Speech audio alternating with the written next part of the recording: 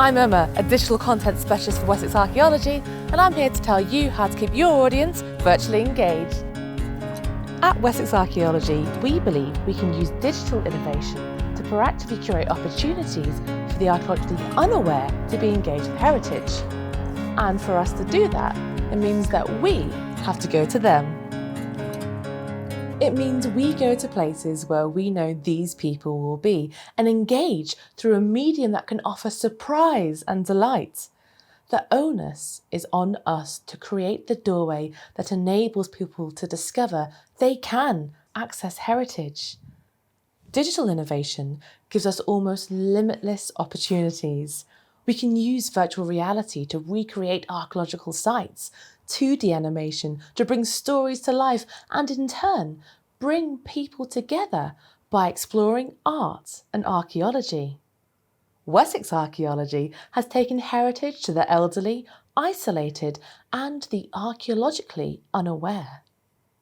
I'd like to show you how digitally innovative techniques enables access to heritage, ensuring that your participants become virtually engaged. Throughout our work, we've found there are 3 pillars which contribute to our success in this platform: audience, purpose, and skill. 3 pillars which, when truly considered, enable meaningful, purposeful, and long-lasting engagement.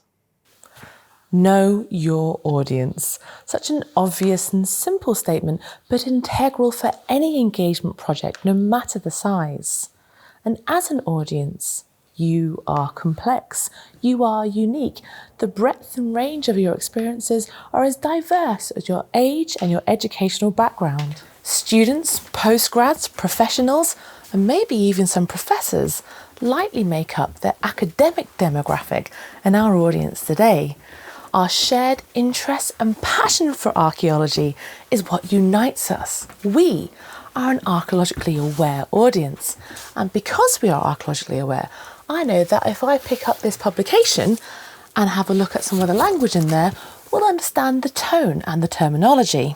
So the roundhouse lies over the axis of the suggested ellipse, but not precisely. Its centre lying some 3 metres to the southwest. Instead, the axis appears to intersect with the roundhouse entrance to the east, and the roundhouse comprises 2 concentric rings of post holes. The outer ring, 8.7 metres in diameter, included at least 10 post holes spaced on average 2.2 metres apart. But for an archaeologically unaware audience, this descriptive tone is too dry. It doesn't elicit surprise or delight. We must use the right words for our audience. And if our audience is archaeologically unaware, then we need to think of new ways to make it appealing to them. If an interest in heritage isn't present, what other resources can we look to as industry professionals to appeal to new audiences? Thankfully, this is where digital innovation really steps in. We can use things like VR to transport people back in time. We can build and reconstruct archaeological sites, taking our participants back to where and how people lived in the past. And hey, if your participant has no interest in the Bronze Age, you may find that through the VR experience, it can elicit a new fondness for heritage.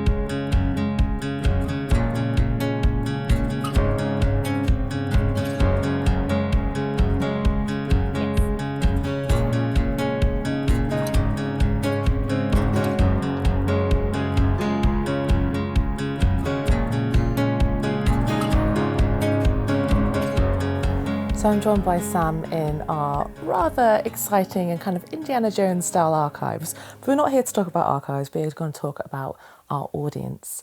But first of all, Sam, can you tell me a little bit more? What do you do at Wessex? I'm the Community and Education Manager, so I lead our community engagement team and curate our output to our different audiences to ensure that we access as many of our audiences as possible in an intermodal style. So there's quite a few technical words there, but first of all, who is our audience at Wessex? Our audiences at Wessex are many and varied, and one of the most important things we've done is to map our audiences. And as an archaeological organisation, we're very lucky to have a core band of enthusiasts who are interested in archaeology, members of local history societies and learner groups. And they will always come to us because they have access to heritage, they're aware of heritage, and they want to engage with heritage. Much like the people watching this conference today, we have our academics and professionals, people who are professionally accredited by CIFA to work within archaeology. And would we call those people perhaps the archaeologically aware? They are archaeologically aware, they know about archaeology and they have access to heritage. But we have to do a bit more because lots of people can benefit from archaeology but may not know it exists or how to access that. And I always think about looking at an ordnance survey map. And when I look at an ordnance survey map, I can see importantly where the pubs are and I can see how steep the hills are, so I know how much I'm going to need to refresh myself. Navigate through that world. I can navigate through that world. And people who don't have access to heritage, they can't see heritage, they can't see the archaeology, and they don't know how it will benefit them. So they're not going to come to us, and we have to go to them, and we have to pop up in surprising places like agricultural fairs and science festivals where they least expect us, and we can bring them into archaeology on their terms.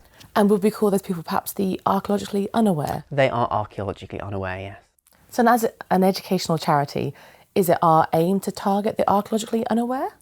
Audience targeting, following audience mapping, is something we're really interested in doing more of and developing at the moment. Okay, so let's wind that back. What is audience mapping? So audience mapping is the process of analysing your audiences, and you can slice a cake 1,000 ways. And the way we've chosen to map our audiences is through access to heritage, because as heritage professionals, we're in a position to judge whether someone has access to heritage or not. So audience targeting is after you've done that mapping, we know who those audiences are, how do we target specific people and specific groups, and what do we need to do with those specific groups to enable them to access heritage. And an important part of that is community co-creation. So we ask them how they want to be involved with heritage. We've moved past the days where we go out and we do stuff to people. So we helicopter in and say, all right, this is what you want and Exactly. You will enjoy this stand. We don't do that anymore. No, we don't want to just tell people how they're going to enjoy it and what we're going to do to them. We want to ask them what value they can get from our stuff. And there's a lot of conversations to be had around that.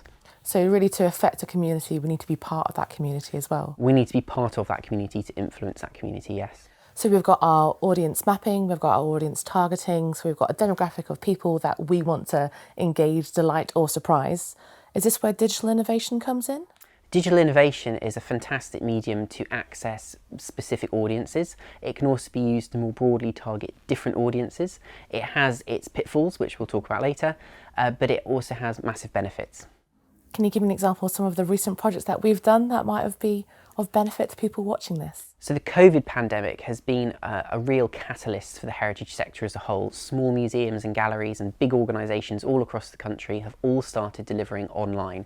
And the value of that is that it enables more and a wider range of people to access heritage.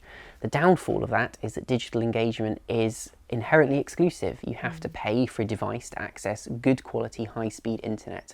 And once again, you have to know that that content exists to be able to access it. So whilst it is inherently inclusive, the paradox is it's also inherently exclusive. Are there ways that we can challenge that to make it more accessible? Yes, and a lot of that comes through audience targeting. And we've been very successful using Facebook targeted advertising, using some of the behind the scenes detail that Facebook can go into in audience segmentation to align Facebook audiences with our own audiences, so we can entice the people we want to come to our events to come to our events. And the added benefit of that for us is if we're running a family friendly behind the scenes of the environmental department, there would be very little value in a professional or an academic coming to that event, because they'd be disappointed. The pitch will be wrong, the content will be wrong, they won't feel like they've received the quality they need. So we need to ensure that we target the right content at the right audiences to ensure the audiences get the right outcomes from that. So it really harks back to what I said at the start of this film, is to know your audience. Yes, it's absolutely. such an important thing, isn't it? And when we do deploy that digital innovation, we need to be able to understand how it's going to benefit them, don't we? Absolutely, yes. Can you give me an example of a project that you've worked on recently where we have used some technology in a new or surprising way? What project delighted you recently? One of my favourite things we've done in the midst of the COVID pandemic was some events at the Festival of Archaeology. And it was the first time we'd really pushed using audience differentiation in a digital medium to create very different types of content for very different audiences, and then marketed it effectively to reach those different audiences. So building on the success of our webinar series, we ran some digital lectures with some of our expert staff targeted at the enthusiast and professional audiences, the archaeologically aware, and using our new film crews, we were able to produce those to a much higher standard than we have done before. Alongside that, using new technologies that again we hadn't used before, like green screens and sort of digital projection, we were able to produce a small production for children and families that was very, very different, very different tone. We very much channeled horrible histories with it, and it enabled us to reach a much younger demographic and a family audience. The inherent, not an issue, but the inherent thing we have to be aware of with events like Heritage Open Days and the Festival of Archaeology is, of course, they have archaeology and heritage in their names, so they are going to be for an archaeologically aware audience. However, even within that audience, there are people with different levels of learning, so we can effectively differentiate content through the medium that we use to get that message out there. So how does digital innovation affect the public's perception of archaeology? We know from our experience of working with the public that they have two specific perceptions of archaeology. The first is musty archives, just like this, boxes and boxes full of stuff, and the second is Indiana Jones. And neither of those are practical or useful really to the public, especially for an organisation like Wessex that wants to enhance the public's knowledge of art, science, heritage and culture through archaeology. So digital innovation enables us to differentiate a message to our audience groups. It enables us to take them behind the scenes and engender a feeling of specialness and togetherness, and to bring people in electronically when we can't do it physically because it's not practical. Something we've particularly worked on is enhancing the public's knowledge of environmental archaeology and the artistic aspects of the organisation. We rely on artists in order to interpret the past, to build pictures of the past, and without our environmental team and our art team, we have no way of building a picture of the past to the public. And that's one of the most important things, is people need to understand and need to have empathy with people in the past. So by using behind the scenes techniques, by using innovative digital content like animation and green screens, we can create content and curate content that delivers specific messages to audiences to help them learn. So just as a final question for you, I want you to tell us and our audience who are watching this the 3 key things that they can take home about knowing their audience and digital innovation. The first thing about knowing the audience is mapping those audiences. It's understanding that there are different groups of people who will benefit from access to heritage. They may not know that heritage exists, so we need to be able to work out who those people are. And the second thing is then target specific content at those groups. The third thing being have a specific learning aim that we want to deliver to those groups. And that learning aim can be curated with those groups, because it's not our place to tell people what they should learn from archaeology. It is our place to, we have all this cultural capital around us. It is our job to go to audiences and say, look at other stuff we've got. How would you like to use this? Would you like to use it to make you feel better? Could we do some wellbeing workshops where we use archaeology as a stimulus for wellbeing, or for reminiscence to help people with Alzheimer's? Could it be that we use all this stuff to enhance your teaching, to make teaching of literacy and science more interesting in schools? But we have to ask people, And that community consultation and co-creation is immensely valuable in making all this stuff that we've got right here useful to people all across the country. Thank you so much.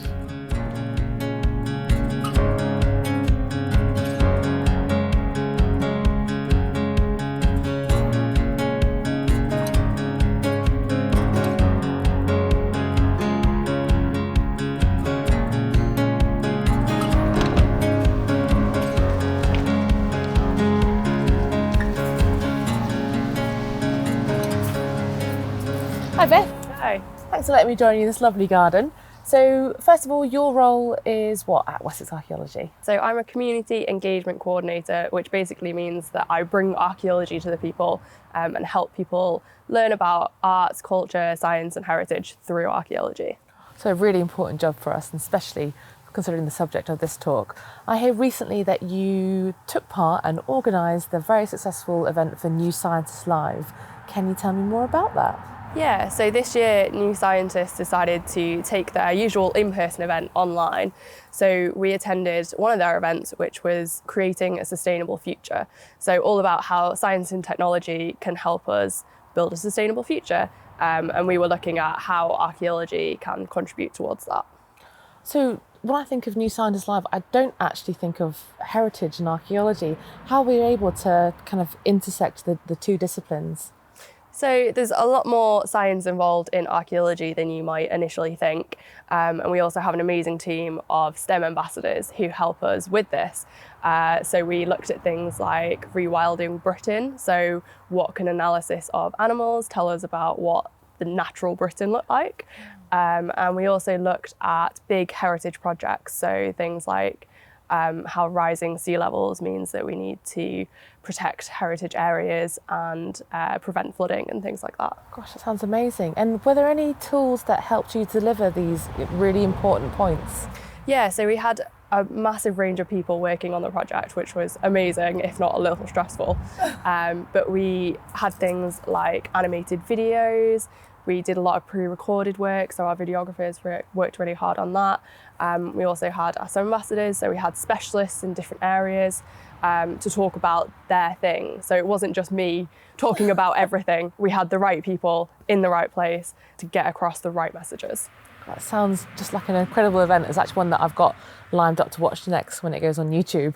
So with New Scientists Live, you looked up obviously your audience, the purpose, and the skills that needed to do that. And you mentioned a little bit about using 2D animators, things like that. So how would you say that digital innovation has enabled the successful delivery of that project?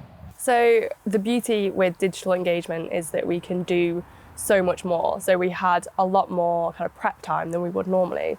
So we looked at the different audiences that we wanted to engage, because New Scientists covers everything you could possibly imagine. So we didn't want to focus on just one kind of person. So we did sessions for families and young children with things that they could take away and try at home.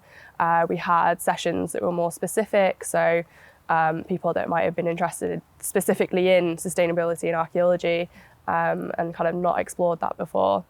As a engagement coordinator, how do you see digital innovation shaping our world for engagement in the future? So I think digital engagement makes everything so much more accessible. We were able to reach so many more people than we would have done with an in-person event, and in so many different ways as well. Being able to work with videographers, animators, 3D animators, virtual reality people, it just really broadens the horizon of what we can do, and we'll definitely be taking that into the future. Thank you so much. Okay. To reach the right audiences, we must use the right words and language. And if we're using digital innovation to help us do that, we must also ensure we're using the right technology. One technology that we're exploring is Character Animator. And as you can see, this is a 2D puppet which uses live motion capture. So when my mouth moves, so does Iona's. Iona is our Iron Age girl, and we use her in schools. She can speak to audiences that perhaps I can't, as she can elicit surprise and delight. I can. As a 2D puppet, I won't let anyone pull my strings. Using the right words and technology to reach our audience is fine, but for our engagement to be successful, it must have meaning and it must have purpose. So we've established that we have our audience mapped, we've got the right people to say the right things to our audience. We also need to ensure that we have purpose to what we're doing. We can do any number of engagement events, we can go out to schools, we can go out to agricultural fairs and shows, but why are we doing that? To help us explore this concept and give our further engagement meaning, I'm joined by Lee. So first of all, thank you. Can you tell me a little bit about what you do at Wessex Archaeology? I can. So I'm the Heritage Inclusion Development Specialist, which is a very grand title, It isn't is, it? yes. I saw your eyebrows raise up, and that's how I feel every time I say it out loud. But that means that I get to use archaeology and heritage as a means to engage with people in order to try and help improve their well-being. So my work is all about access to archaeology and heritage in a very gentle way, kind of inviting new groups of people to engage with it who possibly haven't engaged with either of those subjects before. So the project that we did last year during lockdown was called Lost and Found, Treasures in the Archive. And it was a 7-month digital heritage engagement project. So we delivered that online, which I didn't think would work. I didn't see how we could connect with people in a kind of meaningful way if we weren't in the same room as them. But actually it worked brilliantly. And that particular project was directed at people who maybe may have had a mental health need or may have been feeling lonely or isolated for whatever reason. So we worked in partnership with 8 referring groups and they referred people onto our course.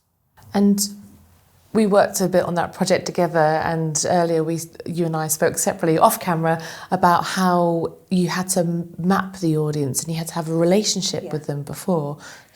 Yeah, so I think when we spoke before, I said to you, you can helicopter in and you can have this kind of aerial view of what's going on in your town or in your city. But actually, it's not until you have the kind of boots on the ground approach to understanding who's working in your city, what support people already have, who are the third sector organisations that you could work in support of, who are the volunteer groups, and kind of quite organically get to know who you're working with. And that takes time. That's not something that you can turn around in a few weeks. So I've spent the last 3 years doing this type of work here in Salisbury. And it's taken me that long to kind of build up that network of people that I know I can go to that can then signpost me on to people that they're supporting that might benefit from the types of work that I do here. So what was the purpose of this incredible project? So the project came about because quite quickly into the first lockdown, as in maybe 2 or 3 weeks into the first lockdown, I did a pilot project in partnership with Salisbury Museum, and we delivered that digitally because I recognised that there was going to be a gap in people's support groups in Salisbury. So I do a lot of work with people who have mental health needs, and I knew that as we'd gone into lockdown, that some of those third sector organisations didn't have the digital capacity to contact their groups and do, Zoom sessions and all of those things that kind of took a little while to build up. So I thought there's a space here for us to do some really good wellbeing work. And we did the digital pilot. It was 5 sessions. We worked with 8 people on that, and it was the feedback from those sessions that led me to designing Lost and Found. And at that point, when I had the kind of creation of the project, I was then able to contact those 8 third sector organisations. Actually, it was 7 third sector organisations and 1 school. So we worked with a school for deaf children in Birmingham as well, and say, we have this product. We can deliver it online. It's 5 weeks. Would you like to be part of it? And we were snapped up, actually. In fact, I think, we could have done it with another 8 organisations, if we had the time and the means to do so. So can you tell me about some of the technologies that you use to deliver Lost and Found? Yep. So there was loads. There was loads and loads, and there was loads that we had to learn. And there was loads that the participants had to learn. So we used a platform called GoToMeeting, which is a little bit like Teams. It's a little bit like Zoom, but nobody had heard of it. So one of the things that I made sure happened is before we started the course, I did a welcome session with every group we worked with. And that was so everybody could practice with GoToMeeting. So by the time they came to that first session, they weren't frightened by it or anxious that they wouldn't be able to get it to work. So in the welcome session, I'd be like, this is how you turn your camera off. This is how you mute yourself. So that worked really, really well as a kind of delivery platform, because within that we could share images and play films and all that sort of stuff. And we could all see each other on the screen. So that worked really well. So that was how we delivered our sessions. We had our photographer and videographer, Tom, was in the fines room with Erica, who's our fines supervisor. And in kind of real time, Tom was filming Erica, opening the boxes, and we, the participants, were watching that on the screen. So that's able to be streamed as part of the session? Yeah. So what that meant was that the participants could ask Erica questions about the object that she was taking out of the box, and she was, answering it there and then. But they could also say to Tom, like, Tom, can you get a little bit closer to that object? Or could you swing round so we can have a look at the fines room? So, Tom was able to move his camera around. So that gave them another level of control, actually, in terms of what they were seeing. So we did that the whole of the way through the project.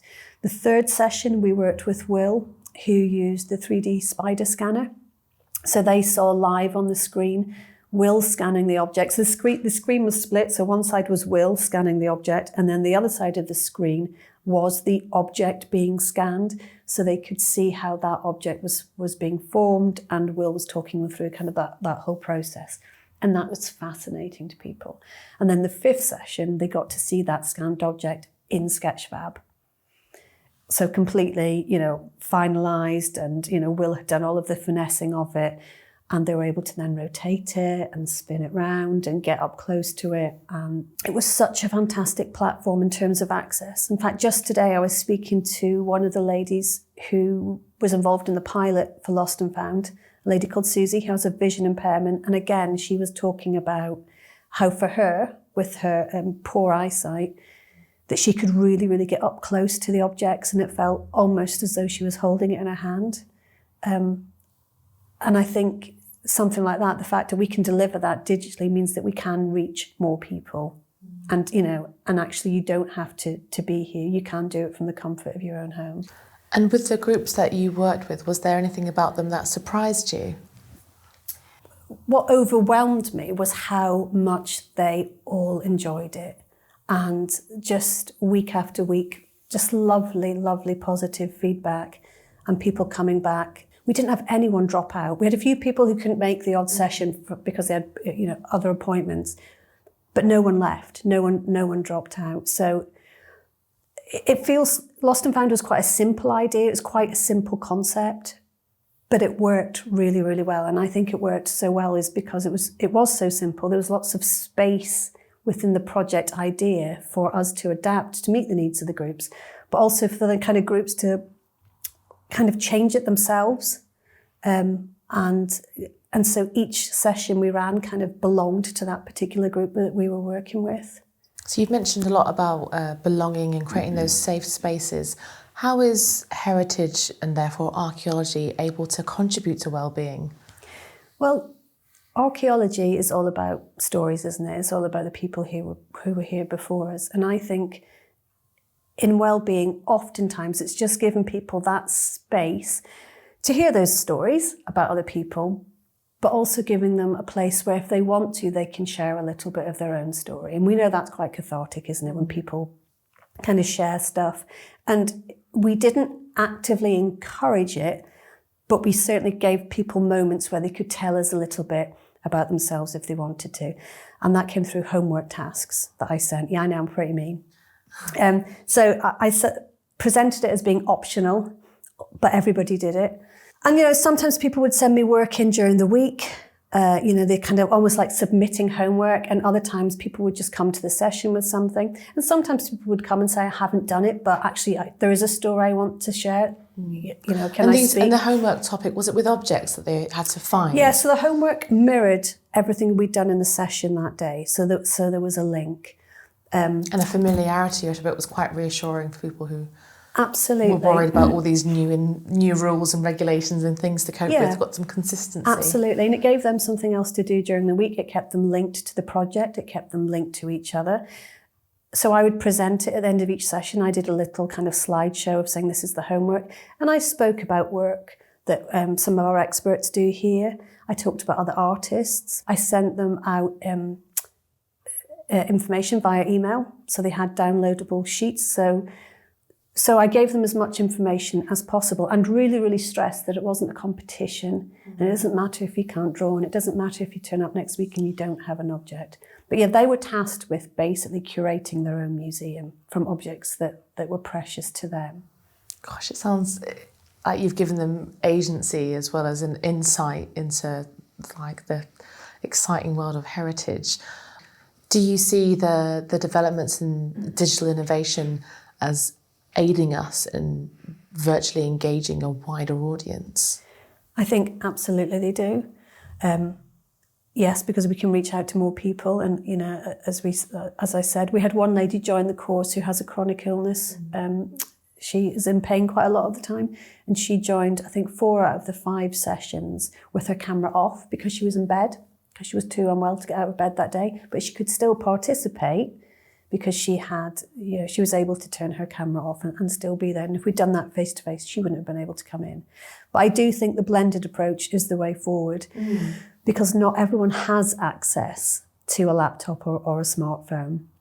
So, you know, certainly the older generation, some of those people have struggled with so much being online, I think. Yeah, so, it can be difficult. So it's a really good balance of both, but absolutely there's so much space to do this, isn't there? It's just brilliant that we get to do things like this.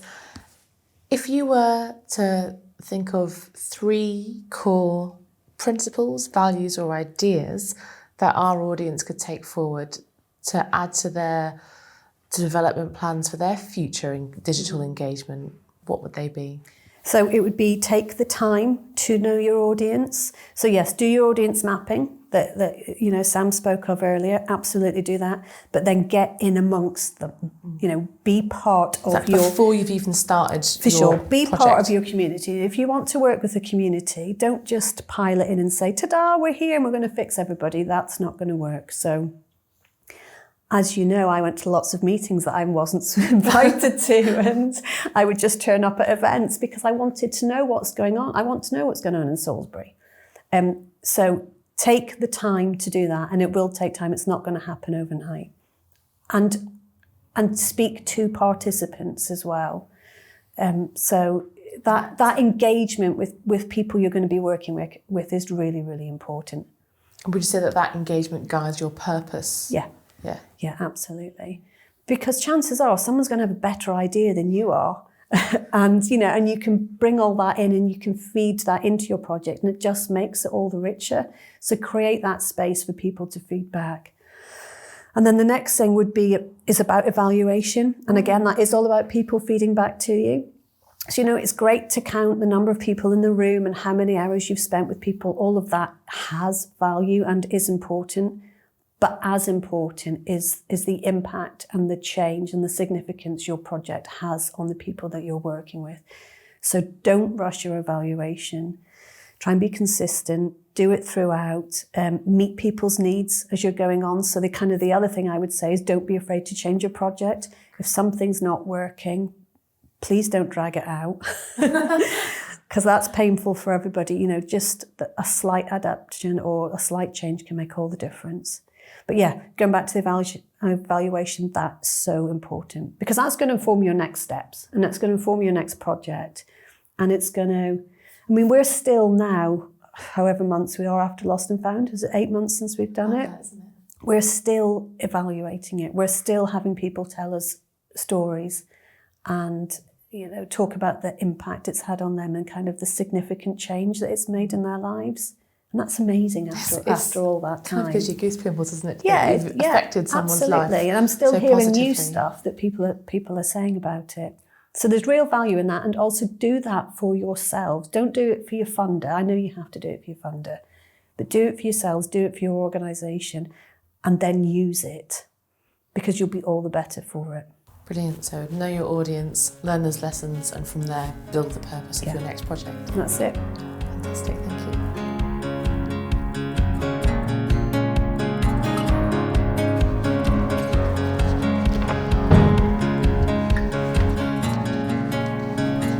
Hi Will, thanks for letting me join you in this lovely studio space of yours. Hi Emma.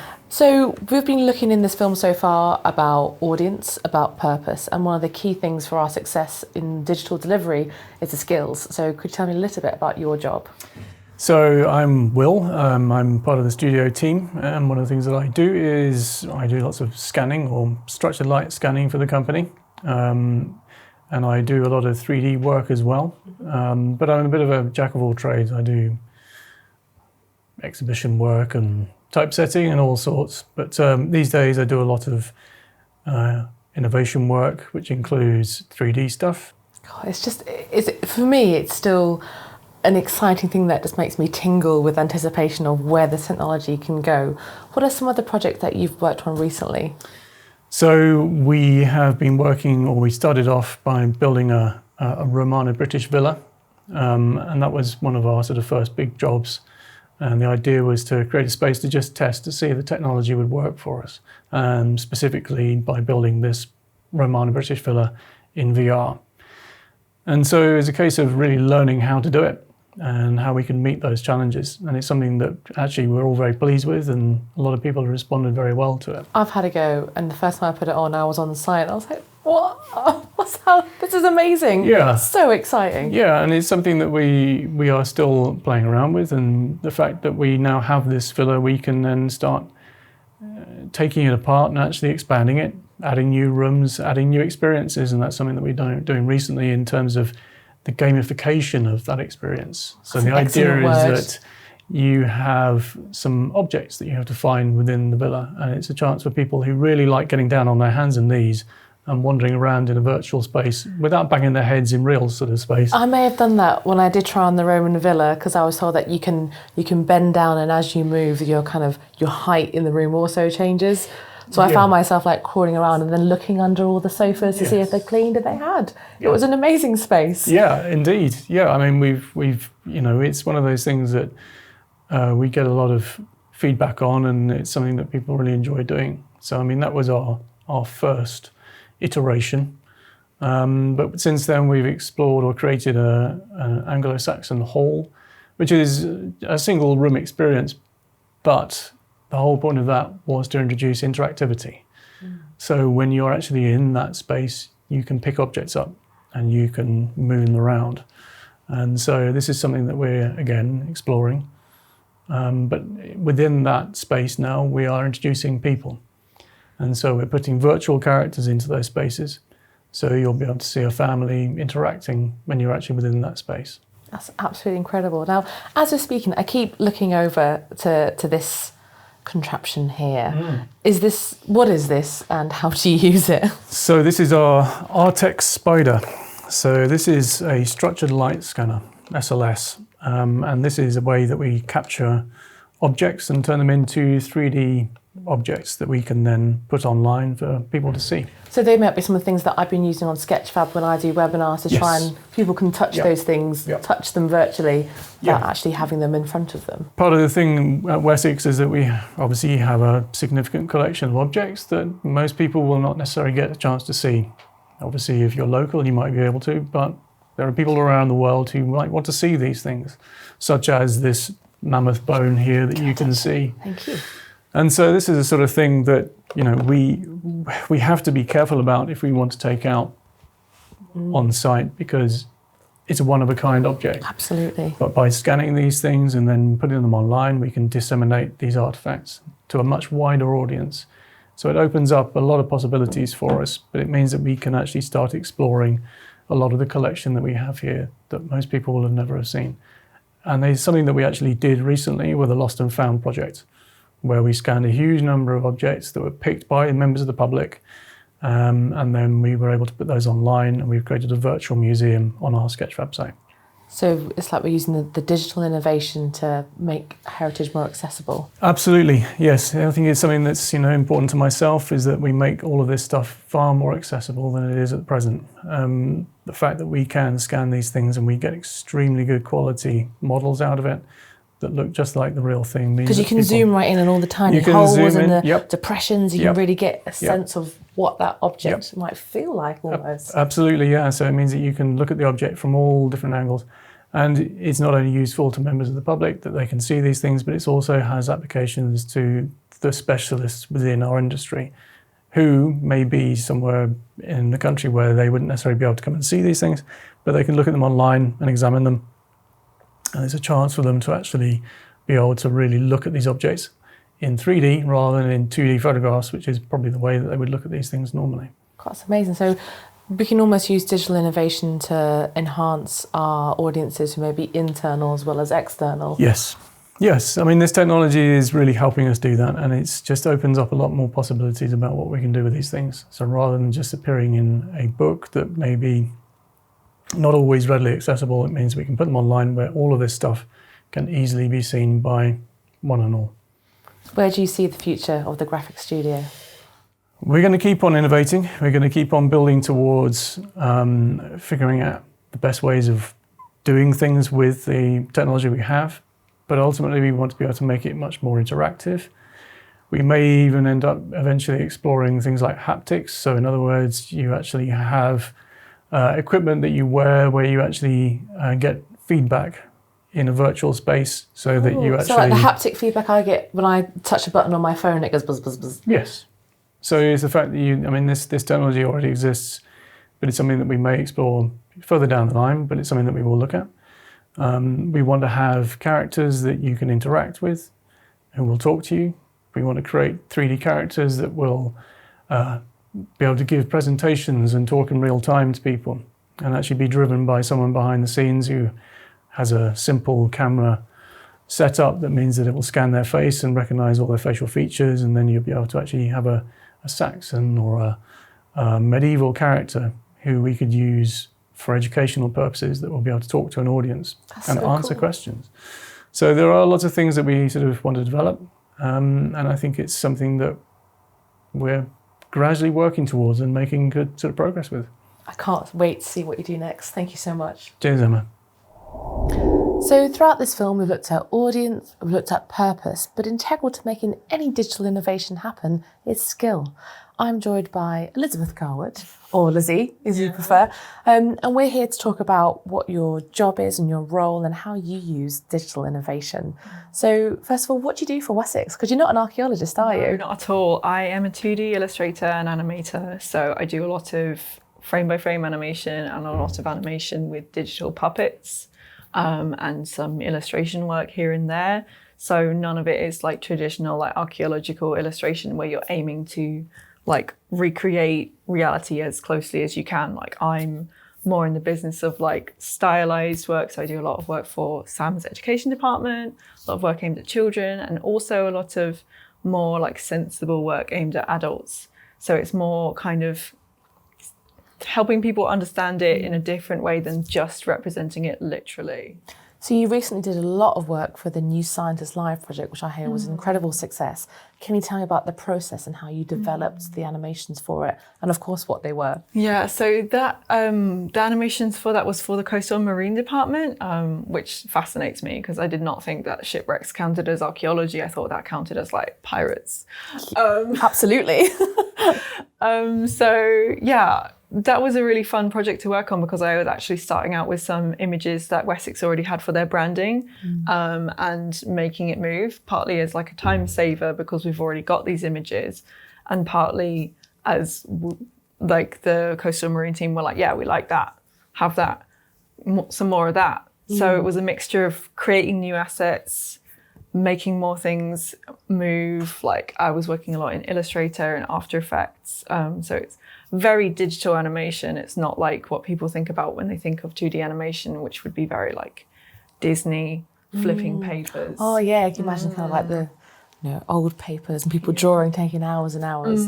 So what are some of the main projects that you've worked on? We mentioned New Scientist Live, where you did some of the animations. Where were those animations used? Was it in the videos that they did? Yeah, they were using the videos. They were broadcasting a whole day's worth of conference, so they had a mixture of live things and pre-recorded content. So that was part of it. Wow, that's a huge thing to do. And you also did another project called The Lost and Found, which we'll be talking a little bit throughout this film. Can you tell me about what was it? It was lovely to work on that project actually, because Lee, who's head of wellbeing, is such a knowledgeable person about wellbeing. So my job was she had to create a toolkit to help other people recreate similar projects to Lost and Found. So my job was to help engage people with what could be potentially quite a dry piece of media. So we decided on an art style that's quite warm, it looks almost like traditionally drawn, but it's not. It's all digital watercolors. I would love to do more traditional watercolors, but it's just quicker digital.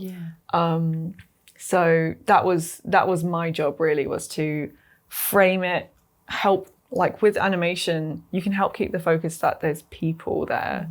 So yeah, that was my role in that. It was a beautiful infographic video. So Lizzie and I do work together quite a lot.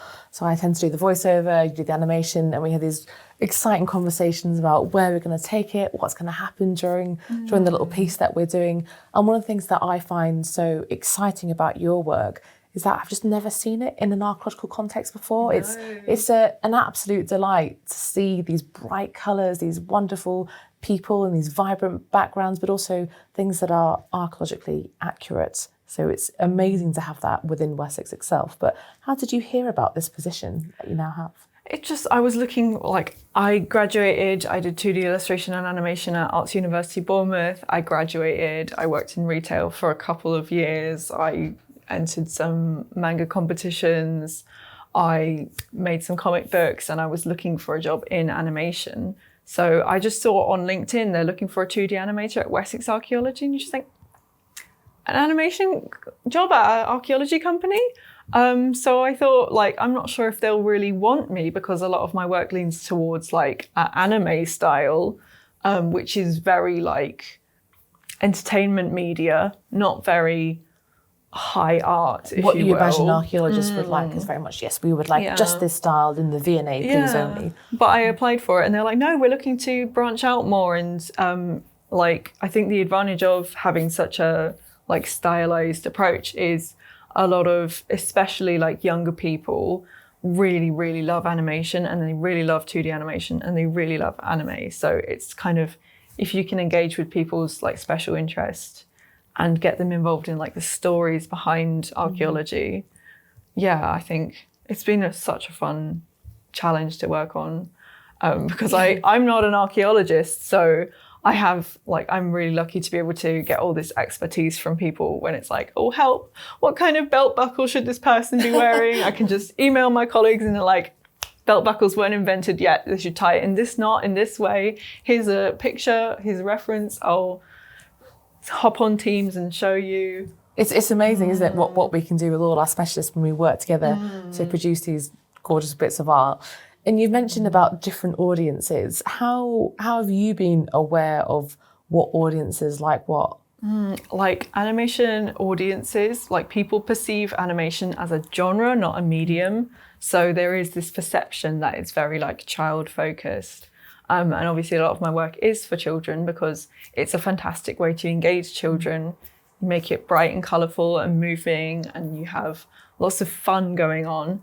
But for an adult audience, a grown-up audience, they are more invested in the perceived artistry. So you go for a more painterly style, like Lost and Found, and or a more streamlined corporate style, like The New Scientist, that is equally all animation is art. But it's more focused on clean, crisp, get the message across, no frills, just make it happen. Yeah. And how would you say digital innovation has affected your role and your job?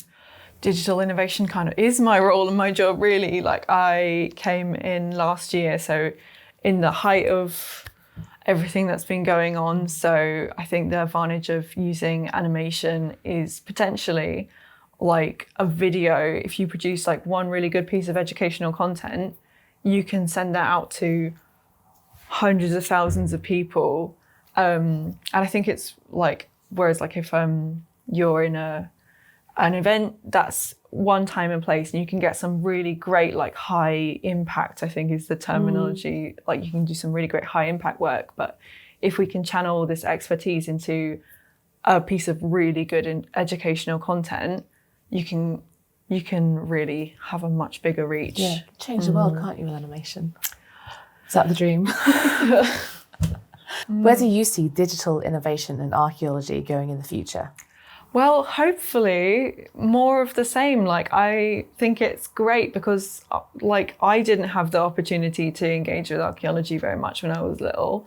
I'm not an archaeologist, I'm an animator. But like if I'd seen like, oh, there's some really cool like small animation studio going on. Oh, they're doing archaeology. It would be like, for me and a lot of my friends, it would have been a way to get them into it. And I know specifically animation is a lot of young kids' like special interest and their passion. So I'm really excited to keep doing more of what we're doing, really. I look forward to everything that you produce. Me too. I'm a big fan. Thanks. It's a pleasure working with you. Right, so we have looked at audience, we've looked at purpose, but none of these things can be done without skills. Earlier, we spoke to Lizzie, who gave us a beautiful overview of her world in 2D animation, but things have now got a little bit more tangible, and we're now into 3D. I'm joined by Jono. So can you tell me about what it is that you do? So basically, I take data that the archaeologists have taken and imagine it in 3D. So using a lot of like technical processes. It's a bit like building a world in a computer game, but yes, no, very much. accurate. So a lot of the technology that we use is the same technology that you would use in a game, and a lot of the programs we use are the same. So if I'm on site and I'm digging up the roundhouse and I'm recording it and all the stuff that I write down, I could then take that back to you once we've done all the interpretation, and then you can turn that work that we've found during the excavation into a 3D tangible object. Yeah, so there'll be a lot of other things that I need as well. So, What like? so we can only get so much from archaeology, and then there'll be a lot. So one thing I use a lot is experimental archaeology. And that is how you can get an idea of materials and how certain things were constructed, especially things that might have decayed, so a lot of wooden things, trying to work out how they actually worked, so like a loom. Wow, so it sounds like quite a challenging job. How did you get into this role? So my predecessor was a guy who I went to uni with. Okay. So I just was following him on ArtStation, which is like Instagram, but for artists. Oh, I'll have to check that out. And I saw some of the stuff he was doing, and I thought, oh, that's really cool. Because I've always been really interested in history. So I just messaged him, being like, what you're doing is really cool. Tell me about it. Yeah. And he was like, I'm actually about to leave. You should email my boss. Oh, cool. So I did, and then she said, yeah, we'll advertise for the role. We'll let you know when we do. And then I applied. And Welcome to Wessex Archaeology. yeah, there we go. So we're actually standing in one of the environments that you've built. Can you tell me a bit more about it? Yes, so this is our Bronze Age village reconstruction. It's based off a site in Westbury. So we were given basically a map with where all the post holes were. So you can see that there's a roundhouse here, a grain storage, a palisade. And from that, and from using a lot of roundhouses that other people have built as historical reconstructions, we've created this virtual environment. It's amazing. It feels like kind of I'm really back in the past. How do you think your work as a 3D animator can enable us to connect to new audiences? Speaking for myself, when I go into a museum and I just see stuff, like old stuff, I find it very hard to connect to it in any kind of way, and I get pretty bored. Whereas actually seeing what it was, for me, is a whole lot more interesting. So I think there's a lot of younger generations who, especially people who have grown up used to games and used to that kind of technology, who this would definitely appeal to.